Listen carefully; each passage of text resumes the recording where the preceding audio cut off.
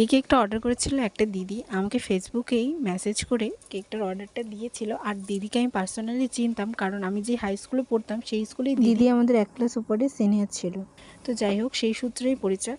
তারপর কেকটার অর্ডার দিয়েছিল আমাকে, তো আমি আমার মতন করে বানিয়েছি। মিনি মাউসের কতগুলোর থিম দেখিয়েছিলাম, তার মধ্যে এই থিমটা দিদিদের পছন্দ হয়েছে।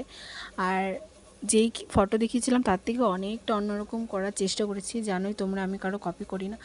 আর এইদিকে দেখো, আমি রাতের বেলা ক্রাম কোটিং করে রেখে দিয়েছিলাম, পরের দিন শুধু এই পিঙ্ক কালারের ক্রিমটা লাগিয়ে আমি সেট করেছি কেকটাকে। আর এই ডিজাইনগুলো করেছি, টপার বসিয়েছি। তো দিদিদের তো ভীষণ পছন্দ হয়েছিল কেকটা। আর কেকটা ছিল চকলেট ফ্লেভারের, 3 পাউন্ডের অর্ডার হয়েছিল, কিন্তু 3 পাউন্ড থেকে অনেকটা বেশি হয়ে গেছিলো, মোটামুটি 3.5 পাউন্ড 4 পাউন্ডের মতন হয়েই গেছিলো।